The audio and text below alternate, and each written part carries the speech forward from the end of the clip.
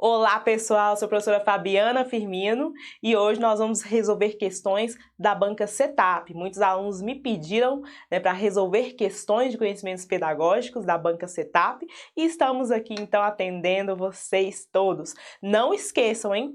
Deixa o like aqui no nosso vídeo também, se puderem, compartilhem aí esse vídeo com os nossos colegas, professores que estão estudando aí para concursos na nossa área da educação.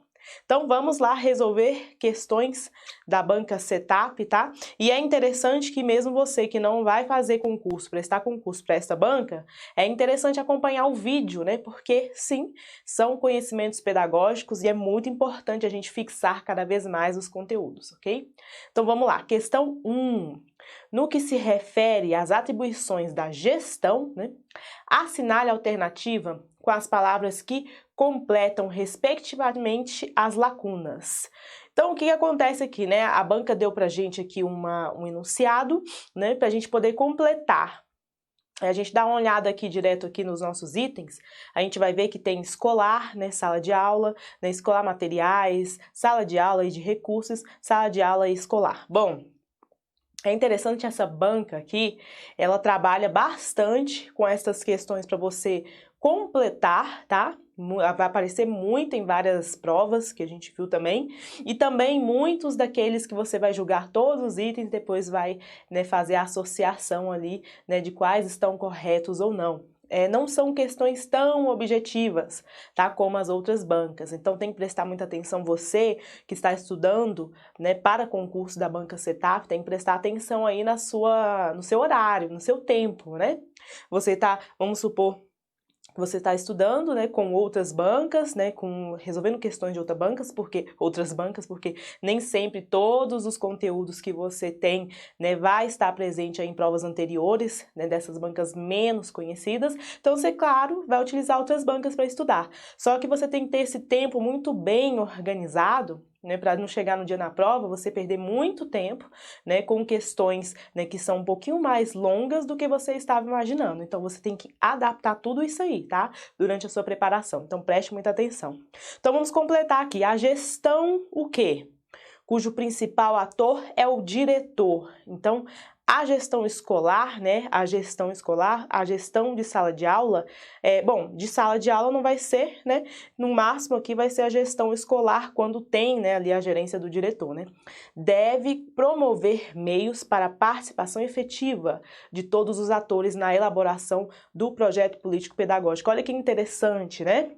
Ao mesmo tempo que fala que o principal ator é o diretor, você poderia ficar na dúvida pensando, né, que, bom, não é só ele que manda, mas justamente vai complementar aqui o item falando, né, que este deve proporcionar aí essa participação democrática, né, dos demais. Então, sim, a gestão, né, escolar, sim, né, se encaixa nesse aspecto. E o 2, a gestão cujo principal ator é o professor, aí sim seria a gestão da sala de aula, né, que é o professor. Deve promover a aprendizagem dos alunos, valendo-se do planejamento das atividades de avaliação.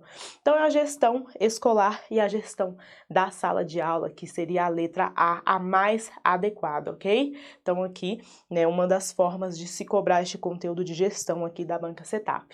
Aponte o que se pode afirmar a respeito das diretrizes curriculares nacionais para a educação infantil, né? Nós já tivemos aula, lembrando aqui vocês, aula de gestão, tivemos aula ao vivo gratuita aqui para vocês, aula de gestão democrática, tivemos aula ao vivo gratuita para vocês, agora aula das diretrizes curriculares nacionais para a educação infantil, tivemos também aqui essas aulas para vocês, então nos acompanhem aqui sempre, tá? Então vamos lá, pode afirmar o que tem aí na nossa diretriz, nesse documento das diretrizes curriculares nacionais para a educação infantil. A frequência da educação infantil é pré-requisito para a matrícula, né, no ensino fundamental, né? Vamos lá. É dever do Estado garantir a oferta de educação infantil pública com requisito de seleção, né? É oferecida em creches e pré-escolas, que se caracterizam como espaços domésticos, também não, né?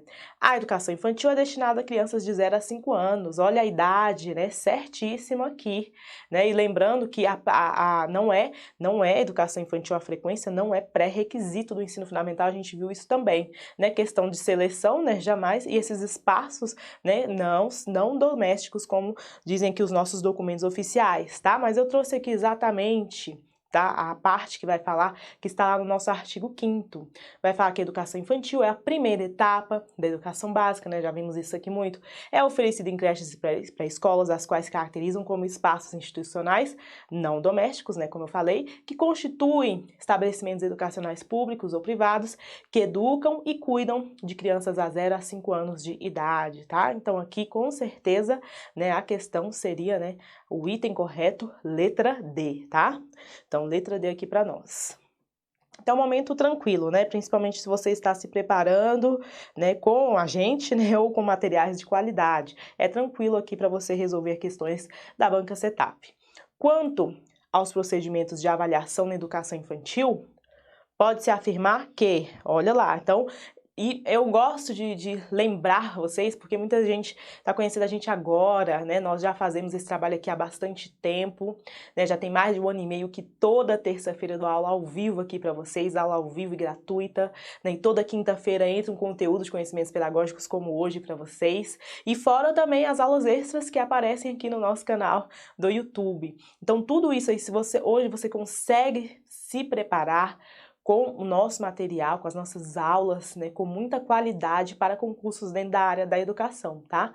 Então, tudo isso aqui já foi também temas, já dei aulas sobre fundamentos da educação infantil, nós falamos sobre isso, também sobre as diretrizes curriculares nacionais da educação infantil, que também daria para você fazer aqui as questões, né, relacionadas a esta etapa da educação básica, nossas aulas de LDB, BNCC Educação Infantil também, né? São vários tópicos que nós já levantamos aqui. Então, vamos lá, vamos aos nossos procedimentos de avaliação na educação infantil. Vamos lá, com a documentação específica, permitem às famílias conhecer, quer dizer, os processos de desenvolvimento e aprendizagem da criança, né? Sim, gente, com certeza, né? Com o objetivo de classificação... a avaliação na educação infantil tem o objetivo de classificação? Não, né? Com certeza não, totalmente errado. Com a finalidade de promoção também tem o objetivo, né, a avaliação na educação infantil, a finalidade de promoção também não, né? Com fins de seleção também não, né? Então aqui com certeza é a letra A, né? Com documentação específica, permitem sim que as famílias, né, conheçam os processos de desenvolvimento e aprendizagem da criança. Com certeza a letra A, que é a questão correta, né? E também a gente vê isso aí na nossa própria legislação, nossa própria LDB. Mas eu trouxe aqui diretamente da parte do documento aqui, Diretrizes Curriculares Nacionais para a Educação Infantil, que vai falar, né, justamente isso, vai falar sobre as instituições de educação infantil e aqui vai falar que elas devem criar esses procedimentos, né? Documentação específica que permita às famílias conhecer o trabalho da instituição junto às crianças e os processos de desenvolvimento e aprendizagem da criança na educação infantil, ok? Então, você conhecendo os documentos aqui oficiais, né, se você estudou com a gente, com certeza, né, você iria acertar também mais essa questão. Vamos lá, associe a segunda coluna de acordo com a primeira, relacionando os conceitos presentes nas diretrizes curriculares nacionais para a educação infantil e suas respectivas definições. Então, mais uma vez, né, que o aluno vai ter como base esse documento, né, norteador para a etapa da educação infantil. E aqui temos avaliação 1, educação infantil 2, criança, né, 3 e currículo 4. Então, vamos lá os conceitos e aí você teria que associar o que é a avaliação, né? O que é a educação infantil, o que é a criança e o que é o currículo, ok?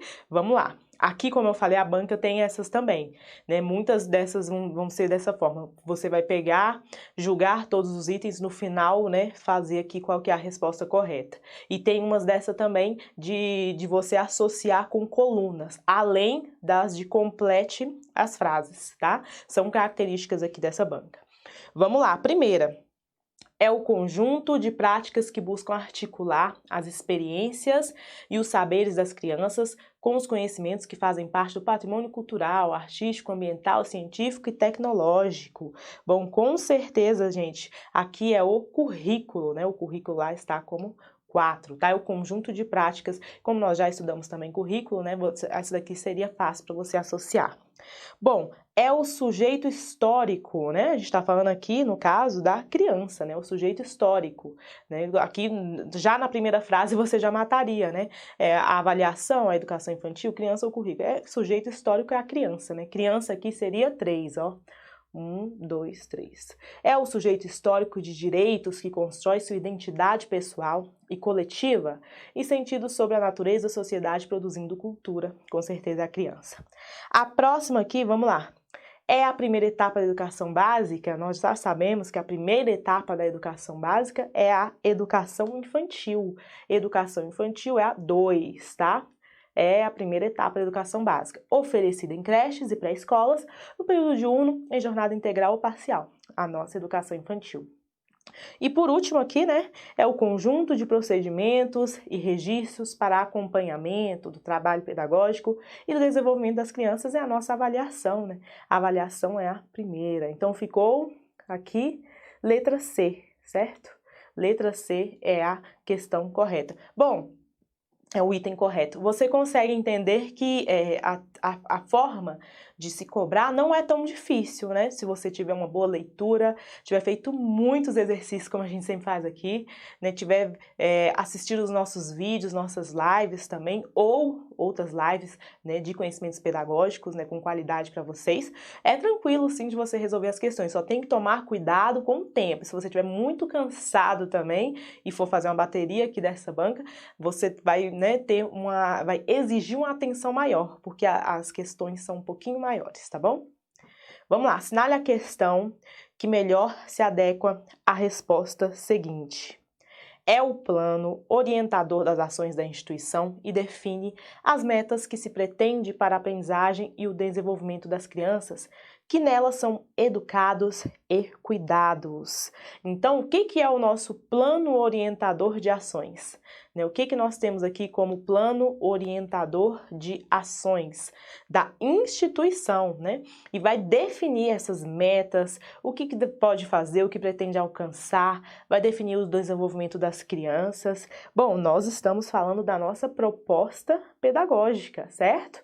Aqui sim, inclusive, foi tema das nossas lives, né? A nossa proposta pedagógica, conhecido também como projeto político-pedagógico, né, o plano orientador da instituição, com certeza. Ali, neste documento importantíssimo, né, e que não deve ser feito apenas com fins burocráticos, como a gente sempre fala, né, ele sim vai definir as metas, né, vai mostrar o que pretende se alcançar, né, a aprendizagem, o desenvolvimento das crianças, né, tudo isso, com certeza, é a nossa proposta pedagógica, né, aqui está falando que a avaliação da aprendizagem não, conteúdo de ensino não e o plano de aula não, né, é da instituição, então é a nossa proposta pedagógica, certo? Pelos outros itens também você conseguiria descartar aqui e chegar na letra B. Vamos lá, vamos a um pequeno texto aqui, né, da banca, que colocou aqui para nós, para a gente poder julgar aqui os itens. Sobre a rotina da aula relatada pela professora, pode-se afirmar. Então, vamos ver o que a professora relata aqui para nós a respeito de rotina, né?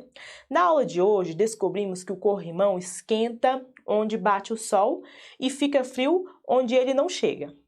Isso graças ao Welton e ao Diego, que reclamaram de calor. Tá quente, Neide, quando iam se apoiar para descer. Então, resolvemos fazer a comparação e chegamos à conclusão de que esquenta por causa do sol. Há tempo as crianças comentam quando está quente, mas só hoje fomos observar com mais intencionalidade conversar a respeito com elas. Aqui foi um trechinho, né, de uma obra que foi retirada aqui a respeito, né, de uma situação de rotina, né, em sala de aula pela professora. Então vamos lá, aqui está perguntando o que se pode afirmar com isso que a gente acabou de ler. Estudar sobre frio e calor faz parte da rotina diária da sala de aula. Ou, o tema em estudo foi escolhido em função dos comentários dos alunos. A observação dos comentários dos alunos não influenciou no que foi estudado na aula. Ou o registro mostrou que a condução da aula pela professora segue uma rotina inflexível. Bom, de acordo com o que nós lemos, que nós sabemos em relação aos nossos documentos orientadores, norteadores, que cada vez mais pedem para se trabalhar de acordo com a rotina, com a vivência, dificuldades das crianças, com a realidade, levar em consideração que os alunos estão falando, as suas experiências, dar oportunidade para participação. Diante dos itens que nós temos aqui, quando se fala estudar sobre frio e calor faz parte da rotina diária, da sala de aula, não se encaixaria tanto de acordo com o que foi colocado aqui, Ela até mesmo falou que só agora que deu para falar com essa intencionalidade pedagógica, observação e comentários não influenciou sim, ela levou em consideração a participação dos alunos, o que eles estavam pensando e trouxe para todos, para poder trabalhar, então também estaria errado. E aqui o registro mostrou que a condução segue uma rotina inflexível, errado, mostra que a professora, ela atende, sim, ao que se espera em relação a como atuar hoje dentro da sala de aula. Então o tema escolhido foi em função dos comentários dos alunos, Ela falou aqui no nosso enunciado, por conta desses dois coleguinhas aqui, de tanto eles falarem, eu resolvi trazer isso para a gente trabalhar, com essa intencionalidade pedagógica. Então, com certeza aqui, o item B é o item correto, ok? No que se refere ao desenvolvimento de noções pela criança, assinale a alternativa com a palavra que completa adequadamente a lacuna, loucura não, a lacuna do trecho seguinte, Mais uma de completar que eu falei, que a banca gosta bastante, tá? É a compreensão da noção de tempo, forma, espaço ou número. A compreensão da noção de é essencial para a compreensão da história, que supõe essa noção sob o duplo aspecto da avaliação, da duração e da seriação dos acontecimentos. Essa noção ajuda as crianças na compreensão do passado, No entanto, inicialmente, as crianças veem o passado com os olhos do presente. A noção de tempo, gente? Com certeza aqui está falando da questão da noção de tempo, pelas crianças, que seria aqui a letra A. Mais uma de completar, que eu falei, a banca gosta bastante, e vamos seguir então. Aqui, quando ela der essa questão de completar, não sei se vocês viram a todas que eu respondi a respeito de completar, eu primeiro dei uma olhadinha também aqui, tá? No que pede os nossos itens, porque a gente vai ter uma noção, do que ela está querendo que a gente complete. Então, a gente dá uma olhada aqui primeiro, e a gente começa a encaixar depois com os conceitos. Então aqui está falando sobre projeto, sobre o que é político, o que é pedagógico. Inclusive as nossas aulas, a nossa aula de projeto político pedagógico, eu comecei falando exatamente sobre esses conceitos, o que é um projeto, o que é político, o que é pedagógico. Então vamos lá. Vamos lá, porque reúne propostas de ação, reúne propostas de ação concreta a executar durante determinado período de tempo. Quando se fala em proposta, sobre a ação, sobre o tempo, a gente está falando, de projetos, de projetar-se, lançar-se, Agora o próximo por considerar a escola como espaço de formação de cidadãos conscientes, responsáveis e críticos, que atuarão individual e coletivamente na sociedade, modificando os rumos que ela vai seguir. Aqui está falando da questão política, e quando se fala em política, é justamente tornar, sim, esse cidadão consciente, ele responsável, ele ser crítico, A atuação é muito importante, porque está falando dessa participação, então por isso que, juntamente com todos esses itens, ele se torna político. Então, até o momento é projeto e é político, certo? Então, aqui ou é a D ou é a letra A, ok?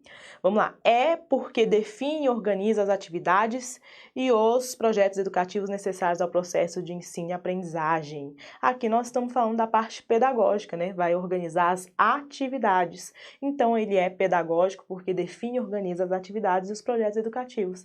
É projeto político, então, aqui seria a letra A, é pedagógico. Vamos lá. E por último, se for a letra A mesmo, projeto político pedagógico, se configura numa ferramenta de planejamento e avaliação que todos os membros das equipes gestoras e pedagógica de uma escola devem consultar na tomada de decisão. Certeza, gente? Letra A, certíssimo aqui, de acordo com os conceitos de projeto político pedagógico. Aponte o que é correto afirmar a respeito da teoria de Piaget, a nossa aula aí de bases psicológicas da aprendizagem que tivemos aqui no nosso YouTube, tá? Falamos de Piaget e falamos de todos eles, as teorias, né, de desenvolvimento da psicologia. Bom, vamos lá. Em relação a Piaget, o conhecimento procede de uma programação inata pré-formada no sujeito, né? Não, privilegia o dado externo, afirmando que todo conhecimento provém da experiência, também não é bem de Piaget essa questão. Aprende-se em construções sucessivas e elaborações constantes de estruturas novas, até o momento sim, né? Versa assim essa construção, né, que vai sendo aos poucos, por etapas, né? Calcada no substrato psíquico, entende que todo conhecimento é anterior à experiência, não. A letra C é que vai até lembrar os nossos estágios, né? Os estágios de desenvolvimento que o Piaget coloca, né? Então, com certeza aqui a letra C você vai se lembrar dos estágios de desenvolvimento. Se não, pode assistir a nossa aula de bases psicológicas da aprendizagem. Indique a concepção teórica de aprendizagem e desenvolvimento humano defendida no seguinte discurso. Então vamos lá. Quem falou isso? Piaget, Bruner, Vygotsky ou Skinner? O aprendizado gera desenvolvimento, logo, não há como esperar que a criança em idade escolar amadureça para poder aprender a ler e escrever. O sujeito vai sendo inserido em uma cultura letrada e escolarizada, vai aprendendo e constituindo sua autonomia em relação aos seus mediadores, isto é, vai desenvolvendo-se, né? Aqui falou palavras bem específicas de Vygotsky, né? A questão da mediação, né? A interação com o outro, não pode esperar amadurecer, como fala Piaget, né? Nas nossas etapas de desenvolvimento, aqui não, né? Não vai esperar, né? Ele vai acontecendo sim à medida que o sujeito vai se construindo e vai sim fazendo essa mediação e essa interação. E aqui fala mais uma vez, né? Mais um elemento também falando sobre a cultura, também super importante. Esta aqui é uma abordagem, claro, tá? De acordo com a visão de Vygotsky, também como nós já estudamos, ok? Bom, gente, essas foram as nossas questões da banca Setup. Espero ter ajudado vocês aí, né? E espero ter contribuído muito aí na preparação de todo mundo, ok? Vejo vocês na próxima aula.